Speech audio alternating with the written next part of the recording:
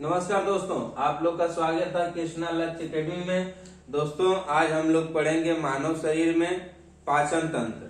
ठीक है दोस्तों, इसके पहले हम लोगों ने आँख, नाक, तंत्रिका तंत्र, ह्यूमन ब्रेन, इन सब के बारे में पढ़ लिया है। कान, जीभ, त्वचा। अब आप उसको देखना चाहते हैं तो देख सकते हैं। आज पढ़ेंगे डाइजेस्टिव सिस्टम। ठीक है, कह रहा है भोजन के रूप। भोजन जो हम लोग लेते हैं या उसको जब पचाने की प्रक्रिया करते हैं तो किस रूप में भोजन कहाँ पचता है, उसका अलग अलग नाम दिया गया है। जैसे मुख में पचने वाली क्रिया को क्या कहेंगे, बोलस। ठीक है, पेट में पचने वाली क्रिया को क्या कहेंगे, काइम। और मलाशय क्षेत्र में पहुंचने पे या एनस क्षेत्र में पहुंचने पे भोजन को क्या कहेंगे, काइल। ठीक है, अब देखिए, जैसे मान लीजिए भोजन में हम लोग रोटी लेते हैं, दाल या दूध, तेल ये लेते हैं, तो किस किस रूप में भोजन हमारे शरीर में किन अवस्थाओं में रहता है इसको देखेंगे। कह रहा है रोटी। रोटी जो है पहले कार्बोहाइड्रेट में बदलता है। ठीक है, रोटी चबाने के बाद पहले क्या होता है, कार्बोहाइड्रेट में बदलता है। उसके बाद क्या होता है, कार्बोहाइड्रेट जो है ग्लूकोज में बदल जाता है और ग्लूकोज जो है हमें एनर्जी देता है। आप लोग देखते होंगे जब कभी आदमी को लगता है कि शरीर में थकान महसूस हो रहा है तो उसको ग्लूकोज चढ़ाया जाता है या वो पाउडर फॉर्म वाली ग्लूकोज घोल के पीना शुरू कर देता है। ठीक है, अगला है दूध। दूध जो है प्रोटीन के रूप में होता है। ठीक है, और जब प्रोटीन टूटता है तो क्या एमिनो एसिड में बदल जाता है और ये क्या करता है, हमारा शरीर का वृद्धि और विकास करने का काम करता है और कोशिका निर्माण का काम करता है। इसीलिए कहा गया है कि बच्चों को या मनुष्य को दूध हमेशा पीना चाहिए, क्योंकि दूध में प्रोटीन की मात्रा होती है। जो प्रोटीन क्या करता है, शरीर के विकास का कार्य करता है, कोशिका का विकास का कार्य करता है। तभी तो आदमी हिस्ट पुस्ट होता है, बड़ा होता है, लंबा होता है दूध पीने से। ठीक है, अगला पॉइंट है तेल। तेल क्या है, फैट, वसा का रूप होता है तेल। कह रहा है फैट से बदलता है फैटी एसिड में, उसके बाद से वो ऊर्जा देता है। अब देखिए, जो पहला स्टेज में लिखा गया था कार्बोहाइड्रेट, प्रोटीन और फैट, ये क्या है, पोषक तत्व हैं। ठीक है, उसी तरह इनका उनके रूप में बदलना, ग्लूकोज, एमिनो एसिड और फैटी एसिड, ये क्या है, सूक्ष्म पोषक तत्व है। मतलब ये कि जब फैट टूटेगा तो फैटी एसिड बनेगा, प्रोटीन टूटेगा तो एमिनो एसिड बनेगा और कार्बोहाइड्रेट टूटेगा तो ग्लूकोज में बदलेगा और कई ग्लूकोज के कण में बदलेगा। ठीक है, तो ये क्या हो जाएगा, सूक्ष्म पोषक तत्व। ठीक है, अगला पॉइंट है भोजन पाचन की संपूर्ण प्रक्रिया जो है 5 अवस्थाओं से गुजरता है। हमारे शरीर में जो हम लोग भोजन ग्रहण करते हैं वो 5 अवस्थाओं से होकर और उसकी प्रक्रिया पूरी होती है। ठीक है, तो आइए इसको देखते हैं। कह रहा है इंजेक्शन, अंतर्ग्रहण। भोजन को जो हम मुंह में लेते हैं तो वो क्या है, अंदर ले रहे हैं तो वो अंतर्ग्रहण हुआ, मतलब कि इंजेक्शन हुआ। जैसे भोजन को मुख में लेना क्या हुआ, भोजन को केवल मुख में ले लेना ही इंजेक्शन है। ठीक है, डाइजेशन, भोजन को छोटे छोटे कणों में तोड़कर पचाना। अब हम लोग मुंह में लेते हैं, ठीक है, तो 2 क्रियाएं होती हैं, एक यांत्रिक क्रियाएं होती हैं, उसी को भौतिक क्रिया कहते हैं, और दूसरी क्रिया जो है होती है रासायनिक क्रिया। तो यांत्रिक क्रिया में क्या होता है कि हम लोग दांत के द्वारा उसको छोटे छोटे भाग में काटते हैं, चीरते फाड़ते हैं, और मान लीजिए रोटी है चाहे कोई भी खाद्य पदार्थ है, उसको यांत्रिक क्रिया में जीभ द्वारा उसको घुमा के उसके जगह पे पहुंचाते हैं। ठीक है, और रासायनिक क्रिया में क्या होता है, लार या एंजाइम, हार्मोन, कई चीज मिलके क्या करता है, रासायनिक क्रिया करके एसिड HCl मिला के ये सब क्या करता है, भोजन को पचाने का काम करता है। ठीक है, तो डाइजेस्टिव कह रहा है भोजन के छोटे छोटे कणों में तोड़कर पाचन करता है। क्या करता है, भोजन को छोटे छोटे कण में तोड़ के और उसका पाचन करने का काम करता है। अगला पॉइंट है एब्जॉर्प्शन, अवशोषण। कह रहा है पचे हुए भोजन को रक्त में मिलाना। अब क्या होता है कि जो भोजन पच जाता है तो हमें रक्त से ही तो एनर्जी मिलती है। भोजन रक्त में जो एनर्जी होता है पचा के ऊर्जा में बदलता है, जैसे आपको ऊपर बताए हैं। तो जब भोजन टूट के और सूक्ष्म कण में बदलते हैं तो कुछ ऊर्जा मिलती है, उसको क्या करता है वो ब्लड तक पहुंचाता है और वो ऊर्जा जो है हमारे शरीर तक पहुंचता है। ठीक है, तो कह रहा है पचे हुए भोजन को रक्त में पहुंचाना। ठीक है, ऊर्जा के रूप में। किसके रूप में? ऊर्जा के रूप में। अब कह रहा है एसिमिलेशन, स्वांगीकरण, ऊर्जा का उपयोग करना।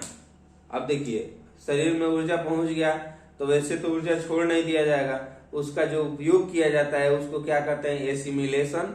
ठीक है, इसका उपयोग कहाँ करते हैं? कार्य में करते हैं। कैसे कार्य में? दौड़ना, भागना, चलना फिरना, पढ़ना लिखना, ये सब क्या है? कार्य है। इसमें किसका प्रयोग होता है? ऊर्जा का प्रयोग होता है। वो ऊर्जा हमें किसके द्वारा मिलता है? एसिमिलेशन मतलब स्वांगीकरण के द्वारा मिलता है। ठीक है, अब अगला पॉइंट है भोजन डिफिकेशन, मल परित्याग। अब देखिए हमारे शरीर में मुख से हम भोजन लेते हैं, उसको चीड़ फाड़ करने का काम दांत करता है, जीभ जगह पे पहुंचाने का कार्य करती है घुमा के। ठीक है, उसके बाद पाचन प्रक्रिया में क्या होता है? दांत जो चीड़ फाड़ कर लेता है तो छोटा बना देता है, उसके बाद से और छोटा कण बनाता है पाचन क्रिया में, एकदम छोटा छोटा कण के रूप में बदल देता है। उसके बाद से अवशोषण क्या करता है कि छोटे छोटे कण को पचा के क्या करता है? रक्त में ऊर्जा के रूप में शामिल कर देता है। उसके बाद जो स्वांगीकरण है ये क्या करता है? ऊर्जा को कार्य में बदलने के लिए प्रेरित करता है, कार्य में बदलता है। और लास्ट पॉइंट जो इसका है मल परित्याग। अब जो अनपचे भोजन होते हैं, ठीक है, मतलब जो शेष भाग बच जाता है भोजन का, वो क्या करता है? गुद्दा द्वार या मल त्याग द्वार से वो क्या करता है? बाहर कर देता है एनस के थ्रू। ठीक है, तो अब देखिए ये 5 प्रक्रियाएं होती हैं, 5 जगह से होता है। इसको एक बार देख लेंगे इसमें फिगर में। पहला चीज तो दिया है ग्रसनी। ग्रसनी क्या होता है? ग्रसनी ये मुख गुहा से ही जुड़ा होता है, लेकिन ये सांस लेने वाली नली होती है। ग्रसनी जो होती है सांस लेने वाली नली होती है, इसी के द्वारा हमारे शरीर में ऑक्सीजन जो होता है वो ग्रास नली से कनेक्ट होकर पहुंचता है। ठीक है, अब कह रहा है इसका मेन जो पॉइंट है पाचन तंत्र का, ये है मुख गुहा। मुख गुहा, ये जो मुंह है, गुहा मतलब मुंह में जो ये जगह जो दिख रहा है मुंह में, वही मुख गुहा है। उसमें क्या होता है? भोजन जब हम रोटी या कोई भी भोजन जब डालते हैं तो मुख गुहा जो मुंह में जगह है उसमें रहता है। उसके बाद दांत अपना कार्य करता है चीरने फाड़ने काटने का। उसके बाद जीभ उसको जगह पे पहुंचाने का काम करती है, और लार जो छोड़ती है जीभ, उससे भोजन नमी बनी रहती है। अच्छा, उसके बाद अगला पॉइंट है ग्रास नली। ये क्या है? फूड पाइप होता है ग्रास नली। ठीक है, भोजन को हमारे आमाशय मतलब पेट तक पहुंचाने का कार्य करता है ग्रास नली। ठीक है, ये भी एंजाइम छोड़ता है, इसको भी हम बताएंगे आगे डिटेल से। ठीक है, अब देखिए मुख गुहा से भोजन पहुंचा ग्रास नली में, फिर ग्रास नली से भोजन पहुंचेगा कहाँ? आमाशय में। आमाशय को क्या कहते हैं? पेट।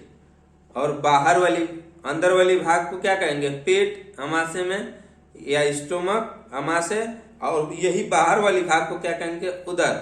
ठीक है, बाहर वाली भाग जो दिख रहा है वो उदर है, लेकिन जस्ट इसके अंदर वाली जो भाग है वो पेट या आमाशय है। ठीक है, अब इसका इस साइड देख लीजिए, ये यकृति, इसी को यकृति को ही लीवर कहते हैं, जिगर कहते हैं। ठीक है, यकृत में एक छोटा सा भाग लगा है, ये यकृत के अंदर ही होता है, इससे जुड़ा होता है पित्ताशय।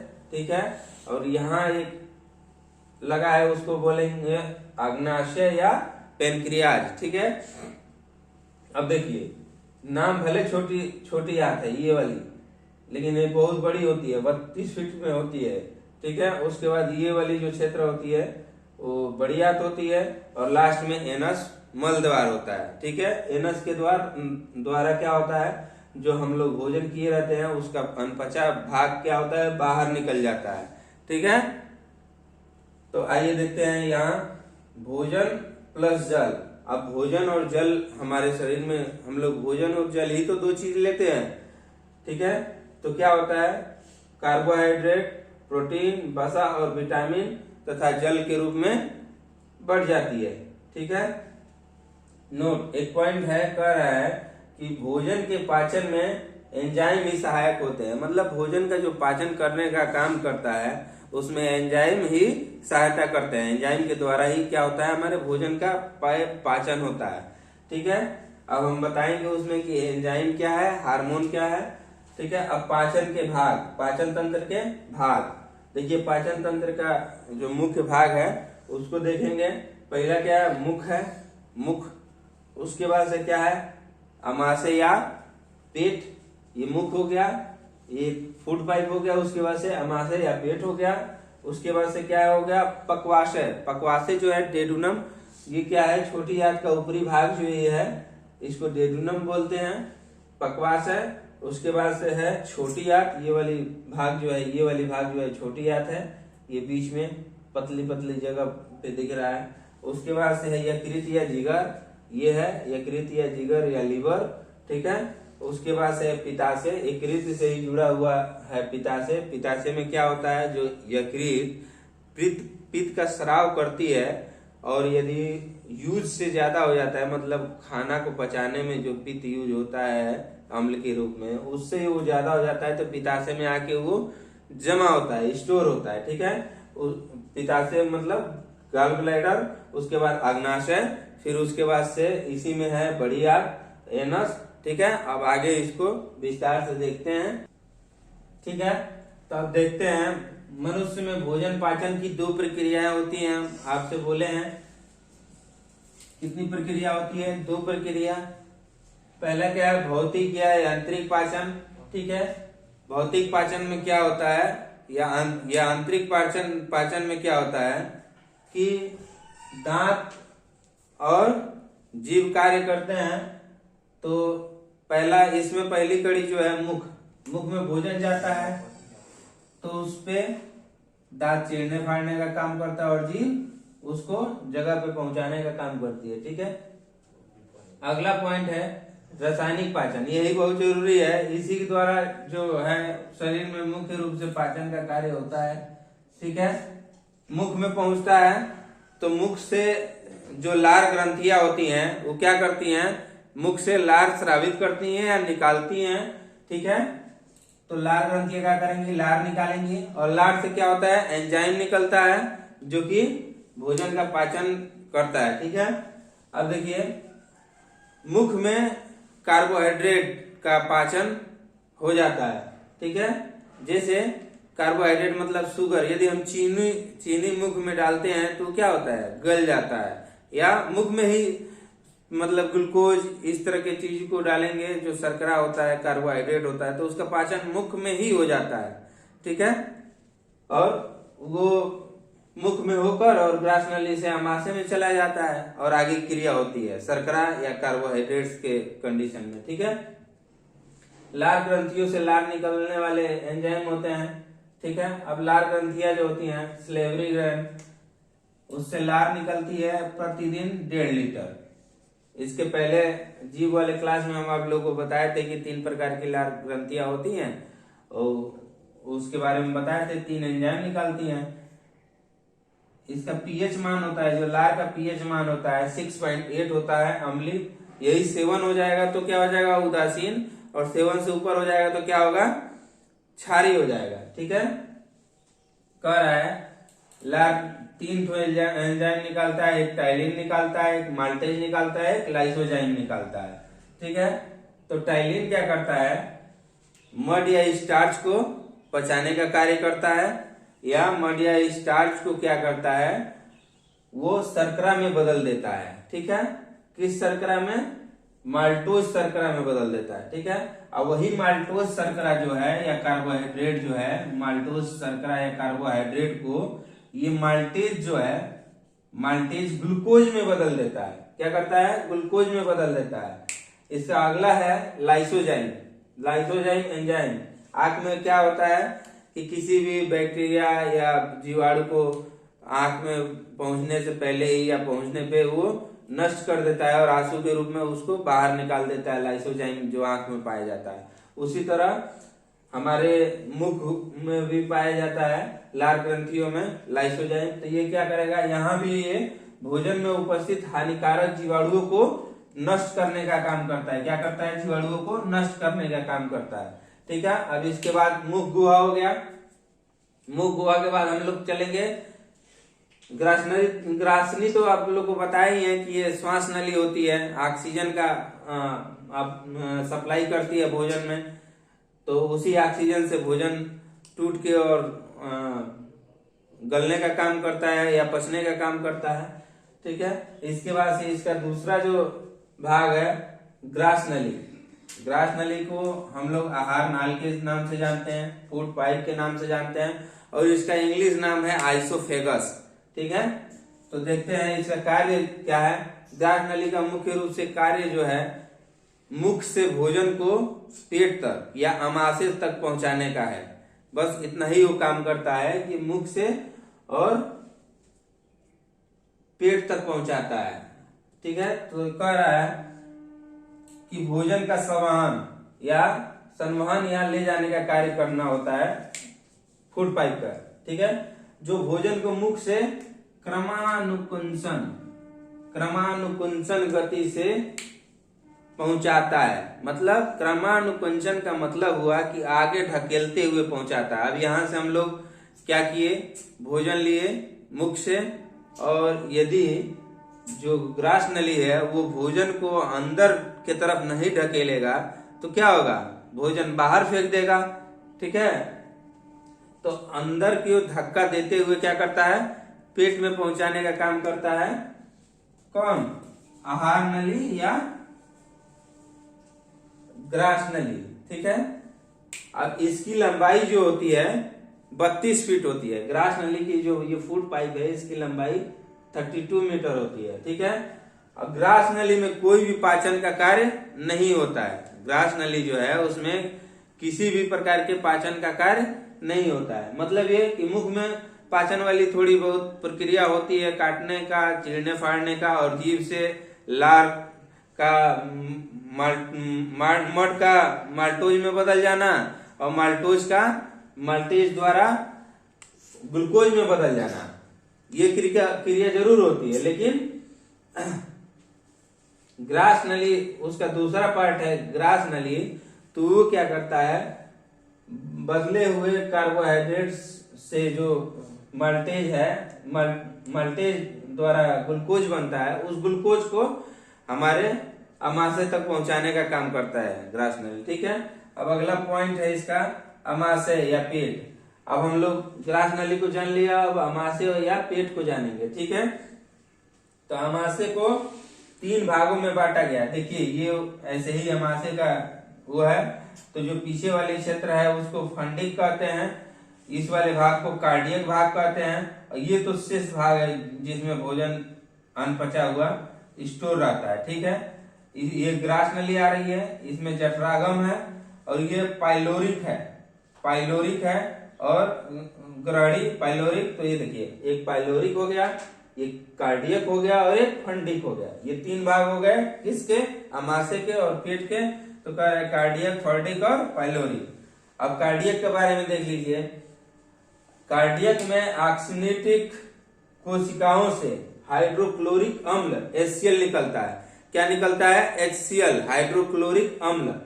तो मानव शरीर में एकमात्र अम्ल निकलता है, ठीक है, जो कि हाइड्रोक्लोरिक होता है। ये बाकी अम्ल जो होता है हम बाहर से अम्ल के रूप में भोजन में जरूर लेते हैं, लेकिन शरीर से एक अम्ल निकलता है, वो क्या होता है? हाइड्रोक्लोरिक अम्ल होता है HCl, जो क्या करता है? जीवाणुओं को नष्ट करने का काम करता है। मान लीजिए शरीर में जो भी जीवाणु हैं उसको नष्ट करने का काम करता है और भोजन को क्या करता है, अम्लीय बना देता है, जिससे जो टाइलिन की प्रक्रिया होती है वो समाप्त हो जाता है।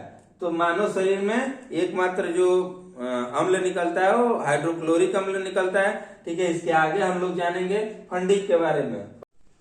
अब देखिए अमाशय का हम लोग कार्डियक पढ़ लिए थे, अब दूसरा इसका है फंडिक। ये जो है कह रहा है कि यह भोजन को अधिक समय तक अमाशय में रोक कर रखता है। ये क्या करता है, भोजन जो जाता है उसको अधिक समय तक हमारे अमाशय में रोकने का कार्य करता है। कह रहा है इसमें रूजी पाई जाती है। इसमें क्या पाई जाती है, रूजी पाई जाती है, जिसकी संरचना जो है कांटेनुमा होती है। रूजी की संरचना कांटेनुमा होती है। भोजन लगने पर यही रूजी चुभती है। ठीक है, देखिए क्या होता है कि जो फंडिक होता है इसमें भोजन आके स्टोर होता है। ठीक है, तो स्टोर रहता है, जब उसका पाचन हो जाता है और वो हमारे छोटी आंत में चला जाता है पाचन प्रक्रिया के लिए, तो जब उसमें से चला जाता है या जाने की प्रक्रिया जब शुरू होती है, उसमें कमी होती है, तो हमें क्या भूख लगती है। ठीक है, तो जब भूख लगती है तो हमारे जो आग्नाशय है, ठीक है, अमाशय उसका जो दीवार होती है उसमें रूजी जो होती हैं सब, वो कांटेनुमा होती हैं सब, वो चुभती हैं सब। हमको लगता है कि हाँ भूख लगा है, वो चुभ के और ये मतलब कि बताती हैं सब कि भूख लगा है या भोजन की जरूरत है, स्टोरेज में कमी हो गई है। ठीक है, तो कह रहा है अमाशय में भोजन सर्वाधिक समय तक 4 घंटे तक रुकती है। कहने का मतलब ये है कि पूरे शरीर में यदि सबसे अधिक समय तक कहीं भोजन रुकता है तो अमाशय में, वो भी फंडिक क्षेत्र में। ठीक है, अगला है पाइलोरिक। ठीक है, कह रहा है इस भाग में जठर ग्रंथियां पाई जाती हैं। पाइलोरिक में जठर ग्रंथियां पाई जाती हैं। जठर ग्रंथियों को पाइलोरिक ग्रंथियां भी कहते हैं। कह रहा है जिससे जठर रस या गैस्ट्रिक जूस निकलता है, जिससे जठर रस निकलता है। ठीक है, जठर रस में 2 प्रकार की एंजाइम पाई जाती हैं। कौन कौन, एक पेप्सिन पाया जाता है, एक रेनिन पाया जाता है। अब देखिए कह रहा है जैसे मुख में हम लोग कार्बोहाइड्रेट्स का पाचन मुख में ही कर ले रहे थे, वैसे प्रोटीन का पाचन जो है हमारे अमाशय वाले क्षेत्र में, अमाशय में और पाइलोरिक वाले क्षेत्र में होता है। ठीक है, तो कह रहा है प्रोटीन का पाचन अमाशय में होता है। ठीक है, जिसका पाचन जो है पेप्सिन करता है। अब देखिए पेप्सिन जो है अम्लीय होता है और ये प्रोटीन को पेप्टोन्स में तोड़ देता है। ठीक है, किसमें तोड़ देता है, पेप्टोन्स में। अगला है रेनिन। ये रेनिन जो है केसिन, जो दूध में मिलता है, केसिन प्रोटीन को कैल्सी पैराकेसिनेट में बदल देता है। कैल्सी पैराकेसिनेट प्रोटीन में बदल देता है, जो कि दही का निर्माण करता है। देखिए कई बार क्या होता है कि बच्चे यदि दूध पीते हैं, उनके अंदर अम्लीयता की मात्रा ज्यादा होती है। माँ यदि अम्ल ज्यादा ली होती है भोजन में, अम्लीय भोजन करती है, तो बच्चे जब दूध पीते हैं तो क्या होता है, उनका जो दूध होता है उसमें अम्ल की मात्रा बढ़ जाती है और दूध क्या होता है, फट जाता है, या दूध जो है दही के रूप में बाहर आने लगता है। ठीक है, ठीक है, तो वो क्या होता है, कैल्शियम, उसका रेनिन जो है केसिन प्रोटीन जो दूध में होता है उससे क्रिया करता है और उसको कैल्शियम पैराकेसिनेट प्रोटीन में बदल देता है। ठीक है, इसीलिए कई बार डॉक्टर सलाह देते हैं बुजुर्गों को कि यदि आप दूध बढ़िया से नहीं पचा पाते हैं तो दही का इस्तेमाल कीजिए। ठीक है, क्योंकि दूध यहाँ से रेनिन पचाएगा और दही डायरेक्ट ये कैल्शियम पैराकेसिनेट के रूप में, प्रोटीन के रूप में मिलता है। ठीक है, अगला पॉइंट है, अब देखिए हम लोग ये अमाशय पढ़ लिए। अब ये वाली जो क्षेत्र है, ये वाली क्षेत्र है जो छोटी आंत के ऊपर है, ये क्या है, डेडुनम है, इसे पक्वाशय कहते हैं। अब इसको देखेंगे, पक्वाशय कह रहा है यह छोटी आंत का सबसे ऊपरी भाग होता है। छोटी आंत का क्या होता है, सबसे ऊपरी भाग होता है, जहां भोजन में यकृत, लीवर से निकलने वाला पित्तरस, बाइल जूस, यह यकृत है, इससे निकलने वाला जो बाइल जूस है, ठीक है, आकर मिलता है। किसमें आकर मिलता है, पक्वाशय में। और यह भोजन को अम्लीय से क्षारी बना देता है। हम बताए थे पित्त रस का जो है पीएच कितना होता है, 7.7 होता है। और एक पॉइंट और आपको हम बताए थे कि ग्रास नली है जो 32 फीट की होती है, ठीक है। और एक पॉइंट और बताए थे आपको कि जो 6.8 होता है उसका, ठीक है, पीएच लार का, ठीक है। अब कह रहा है कि पित्त रस का पीएच जो होता है 7.7 होता है और यह क्षारी होता है। जब 7.7 हो जाएगा तो 7 से ऊपर क्षारी होता है और 7 के नीचे क्या होता है, अम्लीय होता है। और क्या बोलते हैं, 7 क्या होता है, उदासीन होता है। यह क्षारी और पीले रंग का होता है। तो देखिए मनुष्य में जो लार है वो अम्लीय हो गया और जो ये पित्त है वो क्या हो गया, क्षारी हो गया, ठीक है। कह रहा है ग्रहणी में अग्नाशय पैंक्रियाज से अग्नाशय रस मिलता है। अब ग्रहणी जो है आपको हम जो बनाए थे अमाशय का फिगर बनाए थे तो ऊपर ग्रहणी दिखाए थे, तो ग्रहणी में जो है आके अग्नाशय रस मिलता है, ठीक है। और उसके नीचे दिखाए थे जठरागम, वहां क्या होता है, वहां जठर रस उत्पन्न होता है, ठीक है। कह रहा है जिसमें 3 प्रकार के एंजाइम होते हैं, ठीक है। ग्रहणी में 3 प्रकार के एंजाइम होते हैं। कौन कौन होते हैं, ट्रिप्सिन एंजाइम, एमाइलेज एंजाइम और लाइपेज एंजाइम। और ये एंजाइम क्या करते हैं, भोजन के भिन्न भिन्न भाग को क्या करते हैं, तोड़ने का काम करते हैं, पचाने का काम करते हैं। तो जो ट्रिप्सिन होता है वो प्रोटीन व पेप्टोन्स को तोड़ने का काम करता है। किसमें, पॉलीपेप्टाइड्स में, ठीक है। छोटे मतलब पॉलीपेप्टाइड्स का मतलब कि बहुत ज्यादा पेप्टाइड्स में, छोटे छोटे पेप्टाइड्स में तोड़ने का काम करता है, ठीक है।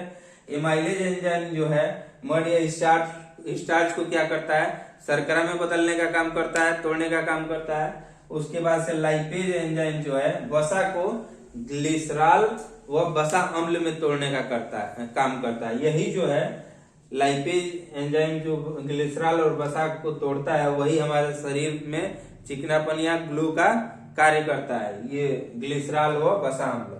अगला पॉइंट है ग्रहणी में सिक्रेटिन हार्मोन अग्नाशय रस को स्रावित करने को प्रेरित करता है। मतलब कि जो ये सिक्रेटिन हार्मोन है अग्नाशय रस को प्रेरित करता है, स्रावित करता है, मतलब निकलने के लिए प्रेरित करता है, ठीक है।